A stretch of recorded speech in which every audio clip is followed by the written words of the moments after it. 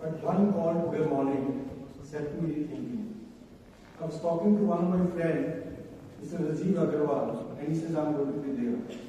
So I said, then I have to change my presentation, because I can't lie. He has been witness to my story for the last 25 years. And I'm not joking, this is serious. I will rewrite my whole speech. Okay? So Dr. Matthew sir, academicians, brilliant researchers, dear students, and distinguished participants joined from across the world.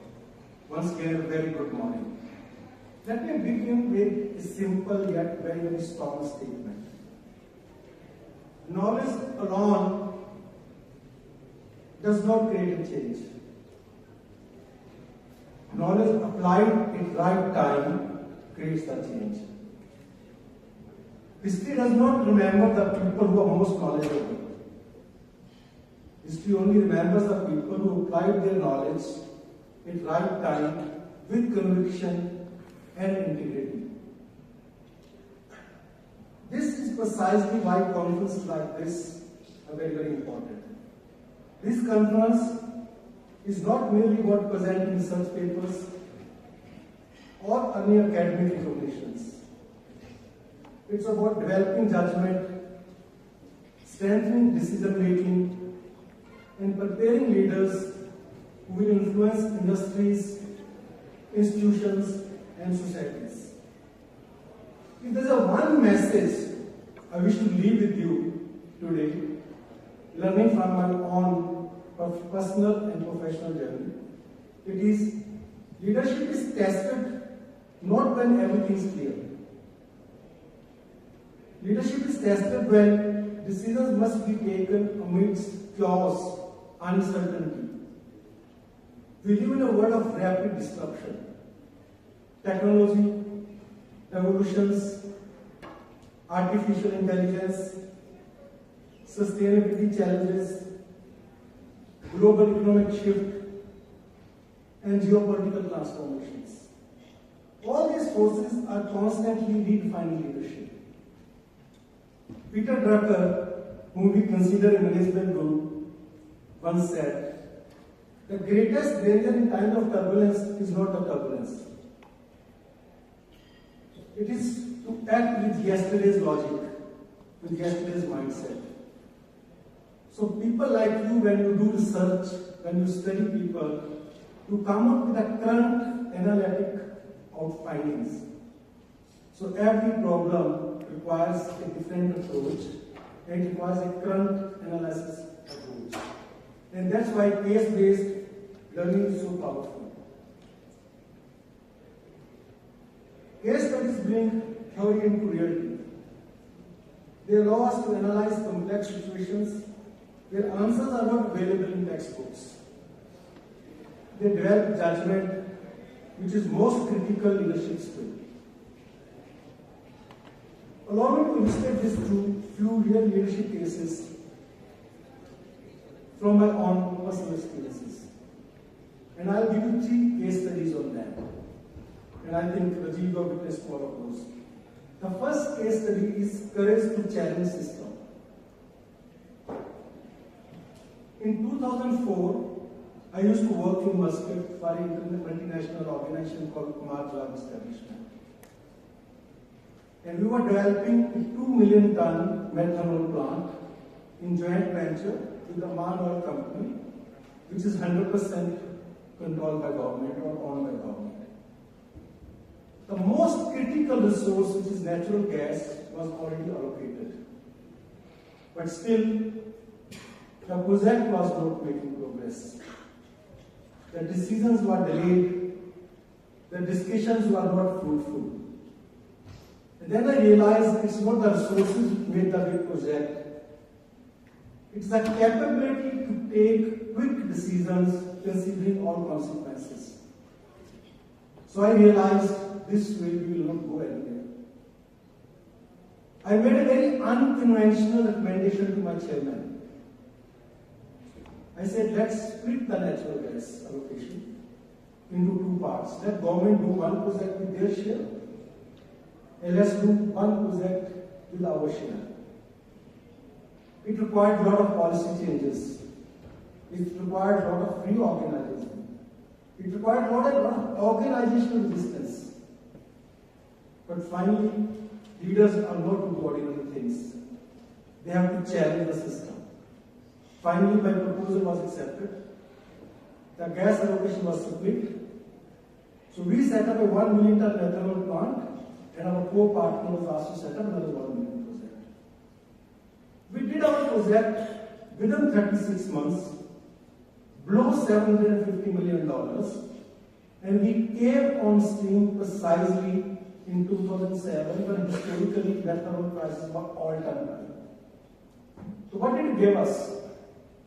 It gave us the highest price realization, so we could repay our equity, award handsome dividends, and repay majority of our debts within the first 3 years.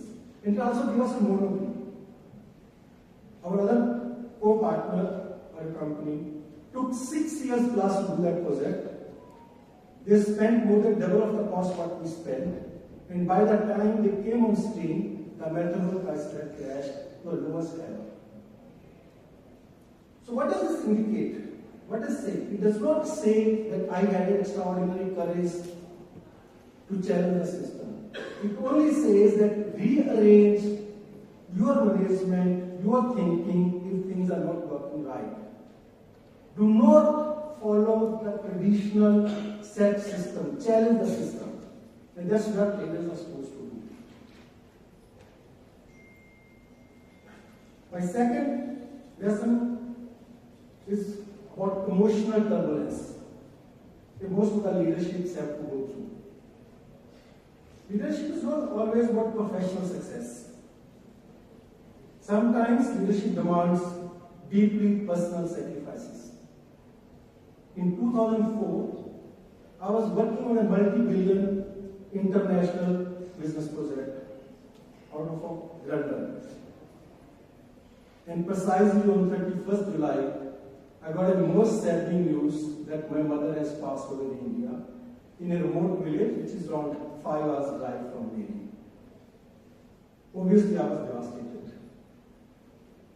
I wanted to be with the family. I wanted to attend the funeral, but logistically it was not possible. So what's the next best I could do? I went ahead, concluded that agreement, and we signed that day $2.4 billion project. I had to decide whether to step away emotionally or fulfill responsibility that impacted thousands of people. It was one of the most painful decisions of my life and one that remains emotionally difficult to implement. But leadership sometimes presents choices not between right and wrong, but between two deeply painful responsibilities. The lesson here is not about my sacrifice. It is about recognizing that leadership carries emotional weight, and maturity lies in carrying that burden with dignity and integrity. The third case study is conviction against opposition. At another stage of my career, sometimes in 2006, about 6 months before we commissioned our methanol project, I proposed that we should buy 3 methanol carriers, ships, to transport the methanol produced by our own plant to different destinations in the world. Our chairman summoned supervisory board. The papers were circulated. The entire board opposed the idea. Their resistance came from their past experience, industry perceptions, and fear to be linked to a risk. During the board meeting, I was nervous. I said I would be looking like a fool that if my proposal is turned down. So I made a respectful but very direct observation. I said that many members had not reviewed the proposal in detail and were responding based on past assumptions rather than current analysis. Not easy job. explained clearly, we would own the asset, cargo would be assured, goes beyond the customer, maintenance was secured by giving a maintenance contract to one of the world renowned ship maintenance company. Finance and insurance structure were in place. I then ask a simple question. If the asset is secure, the business is granted, the costs are controlled, and the funding is arranged, where exactly is the risk? It was a bold position. It carried a real risk of me losing my job. But leadership sometimes requires standing when your analysis are strong and when your conviction is clear. The chairman finally supported the proposal, and it has become one of the most successful business of that group till date. Why do I share these experiences? Because they represent exactly what case-based studies or learnings teach us. Analytical thinking, courage in decision making, accountability of outcome, and learning from successes and failures. Today's world is often described as a VUCA world: volatile, uncertain, complex, ambiguous. In such a world, leadership requires adaptability, emotional intelligence, ethical clarity, and collaborative thinking. The COVID-19 pandemic became one of the largest global leadership case studies in collaborative thinking. It demonstrated how government, scientists, health professionals, and industries must collaborate during crisis. India's rapid vaccine development and distribution highlighted the power of coordination between government, leadership, and the science. Research must not remain confined to academic journals. Research must influence policy, industry, government, and societies. The disruptive innovation emerges from deep understanding of real-world problems, not theoretical notions. Conferences like this create vital platform where academia and industry interact, ensures knowledge remain practical and relevant. To the young scholars and students present here today, I would like to say, leadership is never defined by decision or authority. Leadership is defined by curiosity to learn, courage to question, commitment to integrity, and a willingness to take responsibility. The case you study today will become strategies you design tomorrow.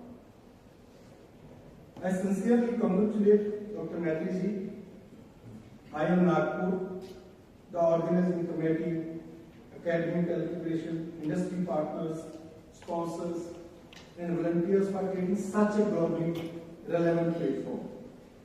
Organizing an international conference of this size requires vision, dedication, and teamwork. Sir, your efforts will influence countless learners and subjects. As we inaugurate this conference, let's envision a future where we build strong research ecosystem, strengthen academia-industry collaborations, develop global case repositories, encourage interdisciplinary innovations, promote ethical and responsible leadership. Our former President, Dr. Abdul Kalam, once said, "Dream is not what you see while you are sleeping. Dream is something that does not let you sleep." Let this conference ignite those kind of dreams in you. The future belongs to leaders who collaborate rather than compete, who share knowledge rather than guard, who move responsibly and who lead with integrity. With immense pride and optimism, it gives me immense pleasure to formally inaugurate the second International Peace and Research Conference 2026.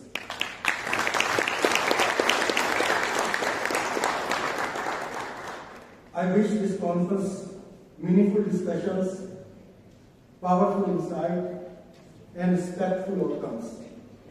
Let knowledge guide us. Let research inspire us. And let leadership define us. Friends, this conference will end. Papers will be published. And these applauses will fade in some time. But long after this hall empties, one question will remain with all of you. Will your research be remembered as something that was read or something that changed the way work works? I leave you with this thought.